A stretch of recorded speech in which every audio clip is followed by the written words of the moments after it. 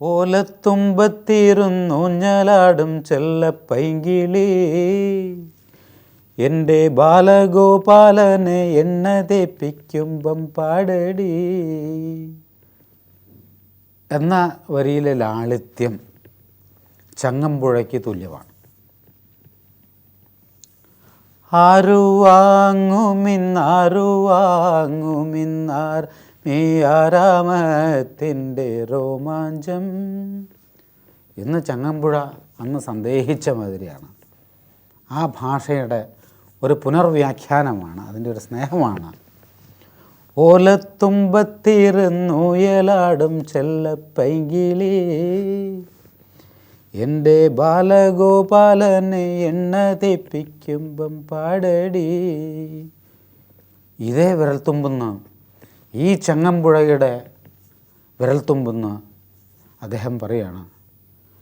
പഴം തമിഴ് പാട്ടിഴയും ശ്രുതിയിൽ പഴയൊരു തമ്പുരു തേങ്ങി മണിച്ചിത്രത്താഴിനുള്ളിൽ വെറുതെ നിലവറമൈനമയങ്ങി സരസസുന്ദരീമണി നീ. ആഹരി രാഗം ഇത്ര മനോഹരമായിട്ട് MG രാധാകൃഷ്ണൻ സാറിനെ പോലെ ആവഹിച്ചെടുക്കുകയും ആഹാരമില്ലാത്ത അവസ്ഥയിലേക്ക് എത്തും ആഹരി പാടിയാൽ എന്ന് സംഗീതജ്ഞന്മാരിൽ ഒരു സങ്കല്പമുണ്ട്. അതിനെക്കുറിച്ച് അറിയില്ല. അപ്പം ത്യാഗരാജസ്വാമി ഉഞ്ചവൃത്തിയെടുത്തത് ആഹരി മാത്രം പാടിക്കൊണ്ടല്ലോ. അപ്പോൾ അതിനെക്കുറിച്ച് അതിൻ്റെ യുക്തി വിചാരത്തിലേക്ക് നമ്മൾ പോകുന്നില്ല.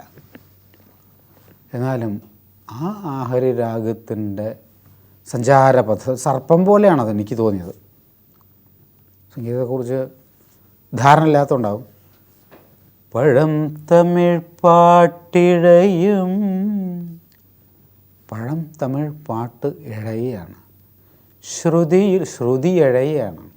ആഹരി രാഗം സർപ്പത്തോട് ഒരു സർപ്പ സഞ്ചാരം എനിക്ക് തോന്നിക്കാറുണ്ട്. അപ്പോൾ ശരിയായിക്കൊള്ളണമെന്ന് യാതൊരു ഷാഠ്യവും എനിക്കില്ല. എൻ്റെ ധാരണയാണ് എൻ്റെ സങ്കല്പം, എൻ്റെ സംഗീതം. ശ്രുതിയിൽ പഴയൊരു തമ്പുരു തേങ്ങി. തമ്പുരുവിന് സർപ്പാകൃതിയാണല്ലോ. അതിന് ഏതോ ജന്മാന്തരത്തിൽ ആരോ മന്ദരം കടയാൻ, പലാഴി കടയാൻ മന്ദരമാക്കിയ, മന്ദരത്തെ കുറുകെ കെട്ടിയ, വാസുകിയാക്കിയ ഒരു തമ്പുരുവിൻ്റെ സ്വഭാവം എനിക്ക് എവിടേക്കോ തോന്നിയിട്ടുണ്ട്. അതാണ് ബിച്ചുവേട്ടൻ എഴുതിയത്. പഴം തമിഴ് പാട്ടിഴയും, പഴം തമിഴ് പാട്ടുണരും എന്നെഴുതിയാൽ മതിയായിരുന്നു.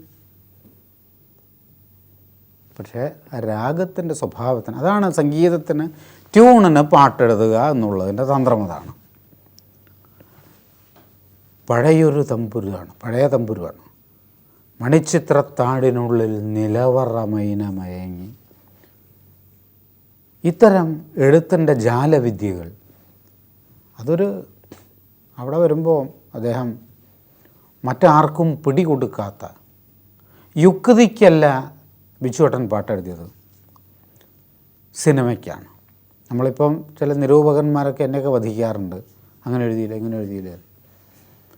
വിഡ്ഢികളായ കഥാപാത്രങ്ങൾ തെങ്ങിൻ്റെ മുകളിൽ നിന്ന് വീഴുമ്പം നമുക്കവിടെ ഒരിക്കലും സിതാക്ഷണം ഭഷ്മസുതാടിതാധരാപയോധരോത്സേധ നിപാതചൂർണിതാവലീഷുതസ്യ സ്ഖലിതാപ്രവേദിരേചിരേണ നാഭിം പ്രഥമ ഉദക ബിന്ദവ എന്നെഴുതാൻ പറ്റില്ലേ. കാരണം വീണവൻ 3ാം ക്ലാസ്സിലേ പോയിട്ടുണ്ടാവുള്ളൂ.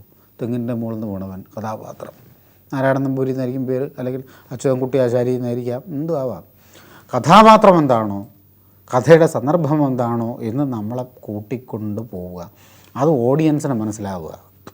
അതുകൊണ്ടാണ് നമ്മൾ നേരത്തെ എപ്പോഴും അദ്ദേഹത്തെ സിനിമാ പാട്ട് എഴുതാൻ ആഗ്രഹിക്കുന്നവൻ, പഠിക്കുന്നവൻ ഉപയോഗിക്കേണ്ടത് ഭാസ്കരൻ മാഷല്ല, വയലാറിനല്ല, ONV കുറുപ്പ് സാറിനല്ല, ശിവകുമാർ തമ്പി സാറിനല്ല, ബിച്ചു തിരുമലയാണ്. സന്ദർഭത്തിനാണ് പാട്ടെഴുതുന്നത്. മറ്റവരുടെ കവിതകളും പ്രതിഭകളിലേക്കും നമ്മളെ അവരെടുത്ത് ഉയർത്തുകയായിരുന്നു. പ്രിയ സഖി ഗംഗയെ പറയൂ എന്ന് പറഞ്ഞപ്പോൾ ഗംഗ എന്താണെന്ന് നമ്മളെ കൂട്ടിക്കൊണ്ട് ചെന്ന് ഉയർത്തി കാണിച്ചു തന്നു ശ്രീ ഒ.എൻ.വി. സാർ. വയലാർ രാമവർമ്മ വിപ്രലംഭ ശൃംഗാര നൃത്തമാടാൻ വരും അപ്സര സ്ത്രീ എന്ന് പറയുമ്പോൾ വിപ്രലംഭം എന്താണ് എന്ന് നമ്മളെ പഠിപ്പിക്കാൻ ഒരു യൂണിവേഴ്സിറ്റിയിലേക്ക് കൊണ്ടുപോയതാണ്. ഭാസ്കരൻ മാഷും അങ്ങനെയായിരുന്നു. കാട്ടിലെ പാഴ്മുളം തണ്ടിൽ നിന്നും പാട്ടിൻ്റെ പാലാഴി. എന്താണ് പാലാഴി? അത് പാട്ടിൻ്റെ പാലാഴി എന്താണ്? അത് കാട്ടിലെ പാഴ്മുളം തണ്ടെന്താണ്? ആ സങ്കല്പത്തിലേക്ക് നമ്മളെ ഉത്സവം കാണാൻ പോകുന്ന മക്കളെ എടുത്തൊരു അച്ഛൻ ബലൂൺ പാടത്തോട് നടക്കുമ്പോഴാണ് അവർ നമ്മളെ കൊണ്ടുപോയത്. മറിച്ച് മക്കളെ വരൂ, ഞാൻ ബലൂൺ കച്ചവടക്കാരനാണ്, ഞാൻ പാട്ടിൻ്റെ കിലുക്കാമ്പട്ടിക്കാരനാണ് എന്ന് പറഞ്ഞിട്ട് ഇദ്ദേഹത്തിൻ്റെ അടുത്തേക്ക് മക്കളെ ആകർഷിക്കുകയായിരുന്നു. ഇതാണ് വൈവിധ്യം, എഴുത്തിൻ്റെ സൂത്രം, തന്ത്രം, മാജിക്. IV ശശി എന്ന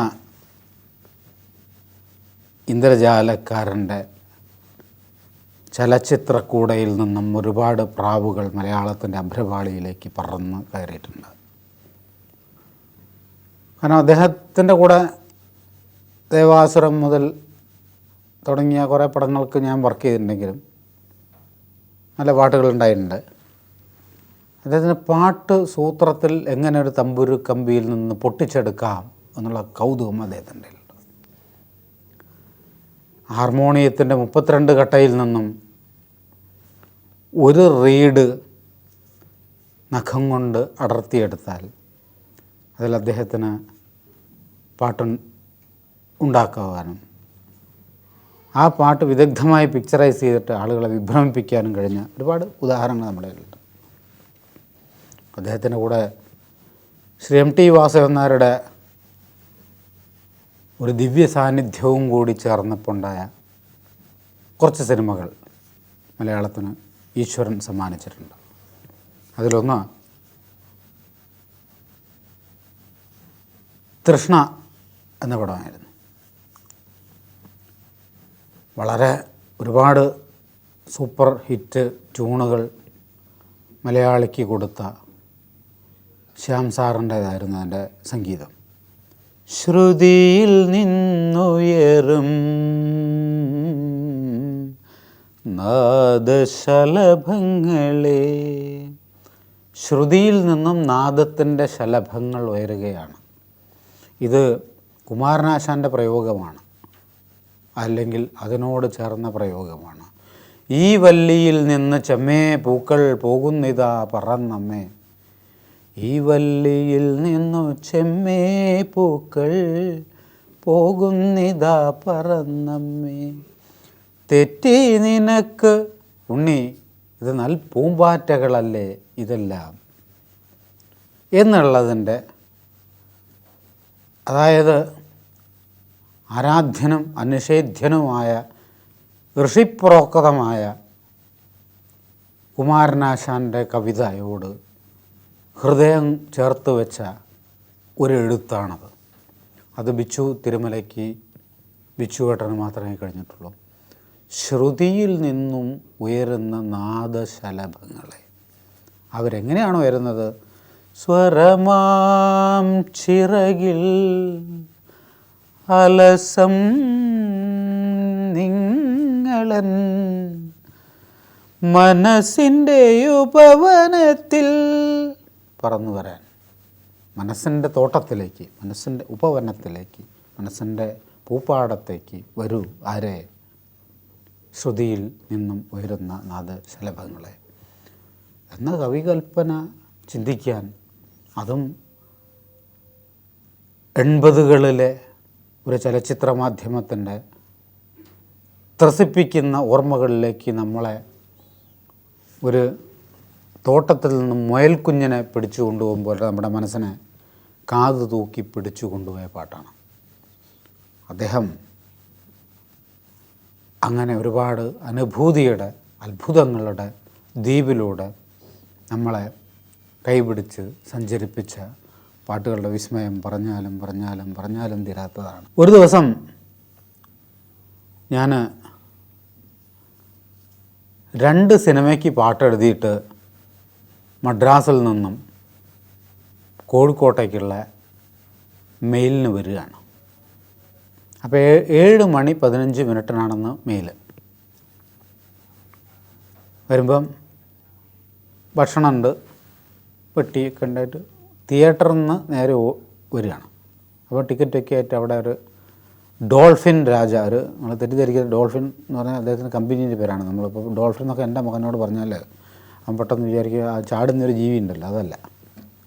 അപ്പം ഡോൾഫിൻ രാജ ടിക്കറ്റൊക്കെ ആയിട്ടിരിക്കുകയാണ്. അങ്ങനെ ഞാൻ നേരെ വന്നു.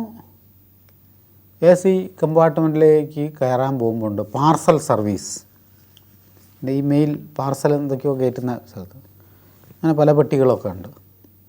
അതിലൊരു പെട്ടി കാണുകയാണ് ഞാൻ. അതിൻ്റെ മുകളിൽ എഴുതിയിരിക്കുന്നത് AT ഉമ്മർ. തലശ്ശേരിക്ക് ഒരു ഡെഡ് ബോഡി പോവുകയാണ്. ദൈവമേ ഗുരുവായൂരപ്പ, ഇനി 33 കോടി ദൈവങ്ങളെ ഞാൻ പ്രാർത്ഥിക്കുകയാണ്, അത് ചവിട്ടിപ്പോയില്ലല്ലോ എന്നുള്ളത്. മലയാള സിനിമയ്ക്ക് അന്തസ്സുള്ള പാട്ടുകളുണ്ടാക്കിയ, അത്ഭുതത്തിൻ്റെ പാട്ടുകളുണ്ടാക്കിയ, അവിസ്മരണീയമായ പാട്ടുകളുണ്ടാക്കിയ ഒരു പുണ്യം മദിരാശിയിൽ നിന്നും സ്വന്തം ജന്മനാടായ തലശ്ശേരിക്ക് മടങ്ങുന്ന ഒരു കാഴ്ചയായിരുന്നത്. ഞാൻ എൻ്റെ പെട്ടി അവിടെ വെച്ചു. എൻ്റെ വണ്ടി പോവുകയാണെന്ന് വെച്ചാൽ പോയിക്കോട്ടെ, ഞാൻ നടക്കും. ശ്രീ AT ഉമ്മുക്കായുടെ പാട്ടും മനസ്സിൽ ധ്യാനിച്ച് നടക്കും ഞാൻ കോഴിക്കോട് വരെ. പെട്ടി അവിടെ വെച്ചു, നമസ്കരിച്ചു. എത്ര നല്ല പാട്ടുണ്ടാക്കിയ, എത്ര നല്ല പുണ്യമുണ്ടാക്കിയ ആ മനുഷ്യൻ. നമ്മൾ കവിതയെക്കുറിച്ചാണ് പറയുന്നതെങ്കിലും അച്ഛനില്ലാതെ, അച്ഛൻ മാത്രം ഉണ്ടായാലും മക്കളുണ്ടാവില്ലല്ലോ. യേശുദാസ് ഉണ്ടായത് അച്ഛനോടൊപ്പം അമ്മയുണ്ടായിട്ടാണ്. മുഹമ്മദ് റാഫി ഉണ്ടായതും അച്ഛനും ഉമ്മ മാത്രം ഉണ്ടായതുകൊണ്ട് നല്ലൊരു മകനുണ്ടാകും. കാളിദാസനുണ്ടായതും നല്ലൊരു അച്ഛനും നല്ല അന്തസ്സുള്ളൊരു അമ്മയും ഉണ്ടായിട്ടാണ്. അതുപോലെ എഴുത്തുകാരൻ മാത്രം ഉണ്ടായ പാട്ടാവില്ല, അത് സംഗീതം ചെയ്യുന്ന സംഗീത സംവിധായകനും വേണം. അത് നമ്മുടെ മനസ്സിലേക്ക് ഇറ്റിച്ചു തരുന്ന വൈദ്യമഠം തിരുമേനിയെപ്പോലെയുള്ള പാട്ടുകാരനും ഉണ്ടാവണം, പാട്ടുകാരിയും ഉണ്ടാവണം. അപ്പോഴാണ് പൂർണ്ണമാവുന്നത്. അതുപോലെ അസൽ കവിത കേട്ടോ, ചില ആൾക്കാർ പറയും, വിഡ്ഢികളെ പറയൂ അങ്ങനെ, എന്താ എഴുതി വച്ചിരിക്കുന്നത്. ചിലർ അന്തസ്സുള്ള ട്യൂണ്, ഇത് രണ്ടും ഉണ്ടായിട്ട് ഞാൻ പാടിയാലോ നിങ്ങൾ കേൾക്കുമോ? ആ വൃത്തിയുള്ളവൻ പാടണം, ശ്രുതി ശുദ്ധമായിട്ട് പാടണം, താള ബോധമുള്ളവൻ പാടണം, ലയിപ്പിച്ച് പാടണം. ഇങ്ങനെ ഒരുപാട് സംഹിതകൾ ചേരുമ്പോഴാണ്, കഷായം പോലെയാണ്. കൽക്കണ്ടം വേണം, അതിൽ വേര് വേണം, ഇല വേണം, തളിര് വേണം, എല്ലാം കൂടി ചേർത്തിട്ട് അമ്മ അത് ഇടിച്ച് പിഴിഞ്ഞ് നീരാക്കി നാഴി ഉരി വെള്ളത്തിൽ ചാലിച്ച് അരക്കഴഞ്ചാക്കി ഒരു കഷ്ണം കൽക്കണ്ടത്തോടൊപ്പം നമുക്ക് തരുമ്പോഴാണ് അത് കഷായമാകുന്നതും അത് കരളിൻ്റെയോ പിത്താശയഗ്രന്ഥിയുടെയോ ഹൃദയത്തിൻ്റെയോ രോഗം മാറ്റുന്നത്. അതുപോലെ ഒരു രാഗത്തൂയാണ്. ഉമ്മുക്കയുടെ ആ പെട്ടി കണ്ടപ്പോൾ എത്ര പാട്ടാണ് അദ്ദേഹം ചെയ്തത്, എത്ര പാട്ട്, അന്തസ്സുള്ള പാട്ടുകൾ നമുക്കറിയാം. അന്തരിന്ദ്രിയദാഹങ്ങൾ, അസുലഭമോഹങ്ങൾ, അനുഭൂതികളുടെ മേളങ്ങൾ, അതിശയ താളങ്ങൾ, അതിശയത്തിൻ്റെ താളം, അതിശയിപ്പിക്കുന്ന താളമെന്നെഴുതാൻ ശ്രീ ബിജു തിരുമലയ്ക്ക് മാത്രമേ കഴിഞ്ഞിട്ടുള്ളൂ. സ്ത്രീ, അവളുടെ രൂപം, അതിൻ്റെ ആകർഷവലയം, പുരുഷൻ്റെ ധമനിയിലാളിപ്പടരും മഞ്ഞിൻ കണികകൾ. അവൻ്റെ ഹൃദയത്തിൽ മഞ്ഞിൻ്റെ കണിക ആളിപ്പടരുകയും ധ്വനി വിരുദ്ധമായി ചിന്തിക്കുന്നതാണ് കവിത. ഇപ്പോൾ മഴ പെയ്തുകൊണ്ടിരിക്കുന്നു എന്ന് പറയുമ്പോൾ അത് കവിതയല്ല, അത് സ്റ്റേറ്റ്മെൻറ്റാണ്, പത്രപ്രവർത്തനമാണ്. ഇപ്പോൾ മനസ്സ് പെയ്തുകൊണ്ടിരിക്കുന്നു എന്ന് പറയുമ്പോഴാണ് അവിടെ കവി ഉണ്ടാകുന്നത്.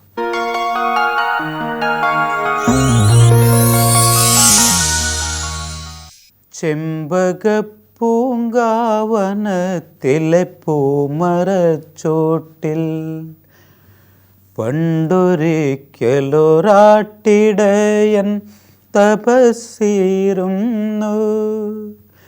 വിണ്ണിൽ നിന്നും വന്നിറങ്ങിയ ഭഗവാനപ്പോൾ ഒരു ചന്ദനത്തിന്മണി വീണയവനു നൽകി എന്ന പാട്ട് മലയാളിക്ക് തന്ന മനുഷ്യനാണ് ആ പേടകത്തിൽ. തങ്ക സ്വപ്നശതങ്ങളാൽ തന്ത്രികൾ കെട്ടി അതിൽ സുന്ദര പ്രതീക്ഷതൻ ചായം പുരട്ടി ആർത്തലച്ചു ഹൃദയത്തിൽ തുളുമ്പിയ രാഗങ്ങൾ രാത്രിയും പകലും അവൻ വീണയിൽ മീട്ടി. ആ രാത്രിയും പകലും മനസ്സിൻ്റെ വീണ മീട്ടിയ എ.ടി. ഉമ്മൂക്ക. അദ്ദേഹമാണ് ആ വിരൽ കൊണ്ട് മീട്ടിയ ഹാർമോണിയത്തിൽ നിന്നാണ് വൃശ്ചികരാത്രി തൻ അരമന മുറ്റത്തൊരു പിച്ചകപ്പൂപ്പന്തലൊരുക്കി വാനം പിച്ചകപ്പൂപ്പന്തലൊരുക്കി. ആ പിച്ചകപ്പൂപ്പന്തലിൻ്റെ ചുവട്ടിൽ അദ്ദേഹം മദ്രാസ് മെയിലിൽ സേലം കടന്ന് കോയമ്പത്തൂർ കടന്ന് ഷൊർണൂർ കടന്ന് തലശ്ശേരിക്ക് പോകുമ്പോൾ 4-5 താരകൾ യവനികയ്ക്കുള്ളിൽ നിന്നും നീലിച്ച കൺമുനകൾ എറിഞ്ഞപ്പോൾ 4-5 താരകൾ യവനികയ്ക്കുള്ളിൽ നിന്നും നീലിച്ച കൺമുനകൾ എറിഞ്ഞപ്പോൾ മലയാള പ്രണയ ഗാനത്തിൻ്റെ കോമള വദനത്തിൽ ചന്ദനക്കുറിയുമായി ഹേമന്ത കൗമുദി ഇറങ്ങി വന്നു ആ ട്രെയിനിനെ തലോടാൻ. ഈ മുഗ്ധവധുവിൻ്റെ കുഞ്ഞിരാമൻ നായർ നടന്ന വഴിയിലാണ്, നിലാവിൻ്റെ നിളയിലെ ഓളത്തിലാണ് ഷൊർണൂരിലെ റെയിൽവേ പാളം. ഈ മുഗ്ധവധുവിൻ്റെ കാമുകനാരെന്ന് ഭൂമിയും മാനവും നോക്കി നിന്നു. അതെ, ഈ ഗന്ധർവനെ, ഈ സംഗീതത്തിൻ്റെ സപര്യയെ, ഈ സംഗീതത്തിൻ്റെ പുഷ്കല വസന്തത്തെ പ്രണയിക്കാനും സ്വയം വരിക്കാനും ഏത് മാലാഖയുടെ, ഏത് ഹിലാലിൻ്റെ കൈകളാണ് കൊണ്ടുവരുന്നതെന്ന് അന്ന് ധിക്കാരിയായ എടശ്ശേരി ആലോചിച്ചിട്ടുണ്ടാവാം, വൈലോപ്പിള്ളി ആലോചിച്ചിട്ടുണ്ടാവാം. പരിണയം നടക്കുമോ? ഇനിയും പാട്ടെഴുത്തുകാരനുമായിട്ടുള്ള, ഇനിയും സംഗീതത്തിൻ്റെ ഗാനരചയിതാവായ ബിച്ചു തിരുമലയുമായുള്ള പരിണയം നടക്കുമോ? പകലിൻ്റെ ചെവികളിൽ പരിമൃദു പവനൻ ചോദിക്കുന്നു. ആ ചോദ്യത്തിന് ഉത്തരം ഗിരീഷ് പുത്തഞ്ചേരിക്കില്ല, വയലാർ രാമവർമ്മയ്ക്കില്ല, ഇന്ത്യൻ പ്രധാനമന്ത്രിക്കില്ല, ജോർജ് ബുഷനില്ല. അത് ആ ചോദ്യത്തിൻ്റെ ഉത്തരം ഈശ്വരന് മാത്രം.